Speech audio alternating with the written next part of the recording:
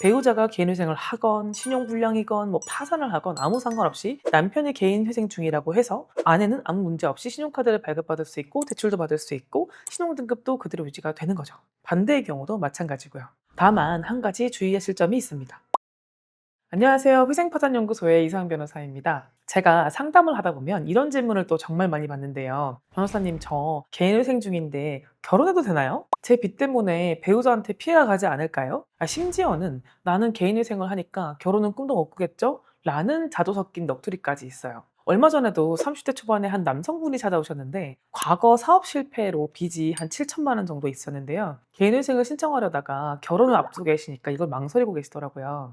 변호사님, 제가 개인회생을 하면 결혼 상대방한테 피해가 가지 않을까요? 차라리 결혼을 포기해야 될까요? 라고 하시면서 정말 괴로워하시더라고요. 또 다른 분은 이미 개인회생을 신청하고 나서 연애를 시작하셨는데 상대방에게 이걸 대체 언제 알려야 될까라는 고민이 너무 크다고 하시더라고요. 이 사실을 알게 되면 헤어지자고 할까봐 두렵습니다 라고 하시면서 많은 분들이 빚 때문에 개인회생 때문에 사랑하는 사람과의 미래를 포기하거나 망설이고 계시는 경우가 많습니다. 결혼은 인생에서 가장 중요한 결정 중 하나인데 경제적인 문제 때문에 행복을 미루거나 포기하시는 게 정말 안타까운 일이죠. 하지만 오늘 제가 정확한 정보를 전달드리면요. 여러분들이 걱정하시는 것만큼 상황이 나쁘진 않다는 걸 아실 거예요. 개인회생이 결혼의 걸림돌이 아니라 오히려 새로운 출발을 위한 발판이 될 수 있습니다. 오늘은 개인회생과 결혼과 관련된 여러분이 가장 궁금해하시는 모든 것을 속 시원하게 답변드리도록 하겠습니다. 배우자 신용에 영향이 갈까요? 배우자 재산도 압류가 될까요? 배우자 빚도 같이 갚아야 될까요? 그리고 또 결혼 전과 결혼 후 언제 개인회생을 신청하는 게 유리할까요? 혹시 주택담보대출이나 전세대출은 가능할까요? 이런 부분까지 꼼꼼하게 짚어드릴 테니까 오늘 영상 끝까지 보시면 결혼 걱정 없이 개인회생을 진행하실 수 있을 겁니다.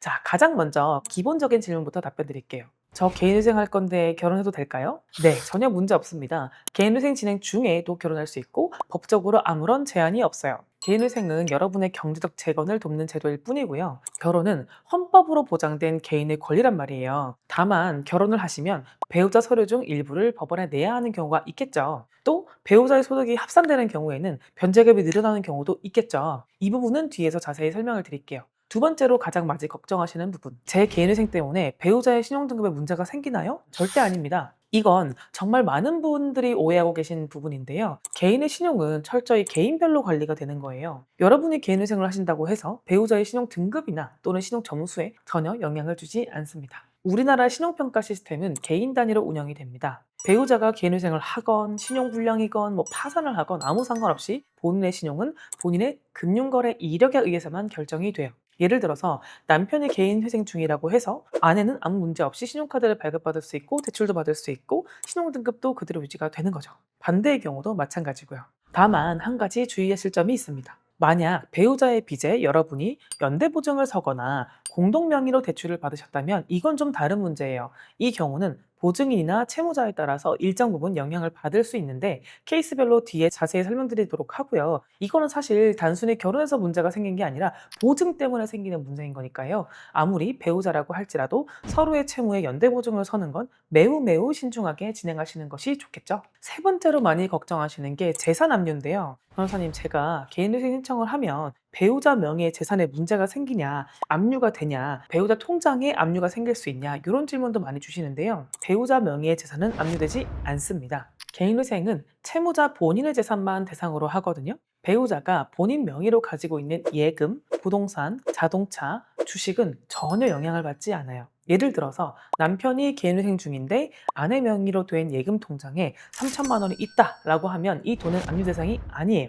아내 명의의 자동차가 있다면 그것도 마찬가지고요. 다만 여기서 중요한 포인트가 있습니다. 법원은 이게 진짜 배우자의 재산인가 아니면 채무자가 숨기기 위해 배우자 명의로 옮긴 건가를 따져봐요. 예를 들어서 개인회생 신청하기 전에 본인 명의의 예금 5천만 원을 갑자기 배우자의 명의로 옮긴다면 법원이 이건 재산을 숨기는 행위다 라고 판단할 수 있어요.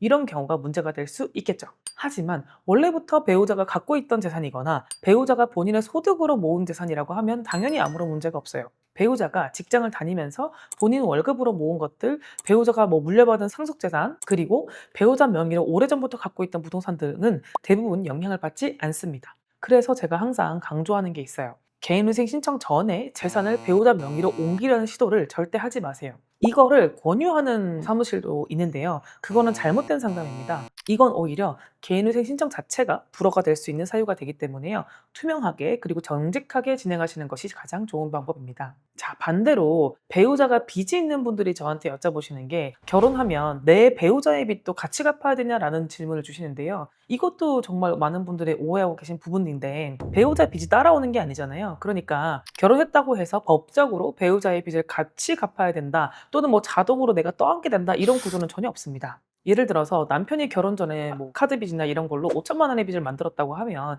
이건 남편 개인의 빚이에요. 아내가 이 빚을 갚을 의무는 없습니다. 법원이나 채권자가 아내한테 남편 빚 갚으세요라고 청구할 수 있는 근거는 어디에도 없고요. 다만 여기에도 아까 말씀드렸던 예외가 적용되는데요. 첫 번째, 만약에 남편의 채무에 대해서 연대보증을 섰다거나 하는 경우에는 같이 갚아야 되겠죠. 두 번째는 공동명의로 대출이 있는 경우인데요. 부부가 함께 주택담보대출을 받는 경우에는 보통 한 명은 물상보증인, 즉 자기 소유의 재산, 그러니까 지분 가치만큼만 보증을 서고 나머지 한 명은 채무자가 되는 구조가 되는데요. 이런 경우에는 이 담보를 갖고 함께 갚는 거기 때문에 당연히 함께 책임을 지도록 되어 있겠죠. 아무리 사랑하는 사이라도 경제적으로는 좀 독립적으로 관리하시는 게 서로를 위해 좋다라고 말씀을 드릴 수 있을 것 같고요. 다섯 번째로 정말 현실적이고 중요한 질문인데요. 변호사님, 저 결혼 예정인데 결혼 전에 개인회생 신청하는 게 나을까요? 아니면 결혼 후에 신청하는 게 나을까요? 이건 제가 두 가지로 좀 나눠서 설명을 드릴 수 있을 것 같은데요. 첫 번째로 아이가 없다면 개인회생 전에 신청하나 후에 하나 사실 똑같습니다. 오히려 하루빨리 준비한 게 나을 수도 있어요.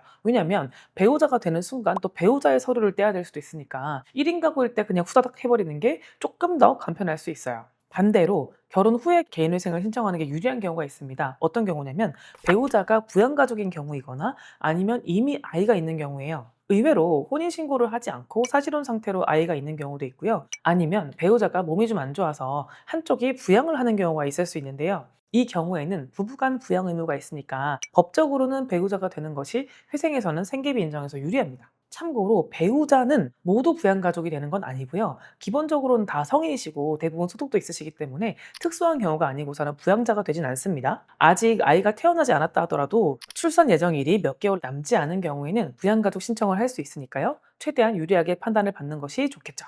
여섯 번째로 정말 현실적이면서도 중요한 질문일 것 같은데 변호사님, 제가 개인회생 중이라는 걸 또는 개인회생 준비 중이라는 거를 연애 상대방한테 언제 말하는 게 좋을까요? 어떻게 말해야 상처를 덜 주고 제가 이해를 구할 수 있을까? 이것도 정말 많이 물으시는데 사실 이거는 법률 문제라기보다는 좀 관계와 소통에 대한 문제일 것 같아요. 변호사로서 그리고 많은 사례를 봐온 사람으로서 조언을 드리자면요. 저는 결혼을 진지하게 고려한 단계가 되면 반드시 말씀하시는 게 좋다고 생각을 합니다. 너무 일찍 말을 하게 되면 관계가 깊어지기 전에 끝날 수 있고 또 오해나 불필요한 걱정을 유발할 수도 있고 또 너무 늦게 말을 하게 되면 왜 진작 말하지 않았냐라는 불신이 생길 수 있겠죠. 보통 교제 3개월에서 6개월 사이 서로에 대한 신뢰가 어느 정도 쌓이고 미래를 함께 그려보는 단계가 됐을 때는 적절하게 분위기를 봐서 말씀을 하시는 게 좋을 것 같습니다. 어떻게 말해야 하는가에 대해서는요. 당연히 정직하고 투명하게 하지만 너무 비관적이지 않게 있는 사실을 솔직하게 말씀드리는 게 좋을 것 같아요. 몇 가지 팁을 드리면요. 첫 번째, 사실을 숨기지 마세요. 과거에 빚이 있었는데 지금은 뭐 절차를 정리하고 있다. 아니면 지금은 이 정도가 있는데 이렇게 절차로 해결할 수 있다라고 솔직하게 말씀하시는 게 좋습니다. 둘째, 그 원인과 현재 상황을 설명하시는 게 좋습니다. 사업 실패가 됐던, 뭐 가족 문제가 됐던, 실직이 됐던 자기의 과오를 솔직하게 인정을 하고 어떻게 해결하고 있는지도 함께 말씀을 하세요. 세 번째, 상대방에게 피해가 가지 않는다라는 점을 명확하게 하세요. 내 빚 때문에 당신 신용에 문제가 생기거나 당신의 재산에 문제가 생기지 않는다라는 점을 정확한 정보를 바탕으로 설명을 해주시는 게 중요할 것 같습니다. 그리고 네 번째로는 언제 끝나는지 그리고 앞으로의 계획은 무엇인지 이런 부분을 구체적으로 말씀하셔서 신뢰를 회복하세요. 3년이면 끝난다. 지금 하고 있는데 1년 반 정도만 끝난다. 이런 부분들을 그리고 그 이후에는 어떻게 계획하고 있다라는 부분까지 보여주시면 상대방도 함께 미래를 그려볼 수 있겠죠. 그리고 다섯 번째로는 상대방의 걱정까지도 잘 경청을 해주세요. 상대방은 이 제도가 불안하거나 또는 뭐 빚에 대한 얘기를 갑자기 들으면 불안할 수 있잖아요. 그래서 이런 걱정하는 부분에 대해서 충분히 들어주시고 함께 그걸 해결할 수 있는 방법을 찾아보세요. 정직함이 가장 좋은 대안이라는 게 핵심이고요. 오늘은 많은 분들이 걱정하시는 개인회생과 결혼에 대해서 제가 자세히 설명드려 보았는데요. 핵심을 정리하면요. 첫째는 개인회생 중에도 결혼할 수 있고 법적으로 아무런 문제가 없다. 두 번째, 배우자의 신용이나 재산에 아무런 문제가 없다. 세 번째, 배우자의 빚을 자동으로 떠안는 게 아니다. 그리고 네 번째, 결혼 전과 결혼 후 중 언제 신청하는 게 유리한지는 조금 개인의 상황에 따라 다르다. 다섯 번째, 배우자 명의로 전세대출이나 주택담보대출도 가능하다. 여러분, 희생파산 전문 변호사로서 여러분들께 꼭 드리고 싶은 말씀이 있는데요. 많은 분들이 내 빚 때문에 상대방에게 피해를 줄까봐, 그리고 사랑하는 사람을 힘들게 할까봐 결혼을 포기하거나 미루시는 경우가 있는데요. 오늘 제가 말씀드린 것처럼 개인회생은 배우자에게 직접적인 피해를 주지 않습니다. 오히려 개인회생을 해야 새 출발을 위한 과정이 될 수 있겠죠. 빚을 정리하고 경제적으로 안정을 찾아가는 그 과정 말이에요. 이 과정을 사랑하는 사람과 함께 쳐나간다면 오히려 두 사람과의 관계가 더욱 단단해질 수 있겠습니다. 물론 상대방에게 그 과정에 대해서 솔직하고 투명하게 말씀하신 용기가 필요합니다. 그리고 함께 현명하게 대처하는 지혜도 필요하고요. 하지만 진정으로 사랑하는 사람이라면 당연히 함께 해결할 방법을 찾을 수 있을 거예요. 경제적인 문제 때문에 인생의 행복을 포기하지 마시고요. 빚은 시간이 지나면 해결되지만 사랑하는 사람과의 인연은 다시 오지 않을 수 있어요. 여러분의 행복한 결혼 생활과 성공적인 경제적 재기를 진심으로 응원하겠습니다. 오늘 영상이 도움이 되셨다면 구독과 좋아요, 알림 설정 부탁드립니다. 그리고 이 영상을 주변에 비슷한 고민을 하고 계신 분들과 꼭 공유해 주세요. 이런 정보를 아는 것만으로도 큰 용기를 얻으실 수 있으니까요. 감사합니다. 이서연 변호사였습니다.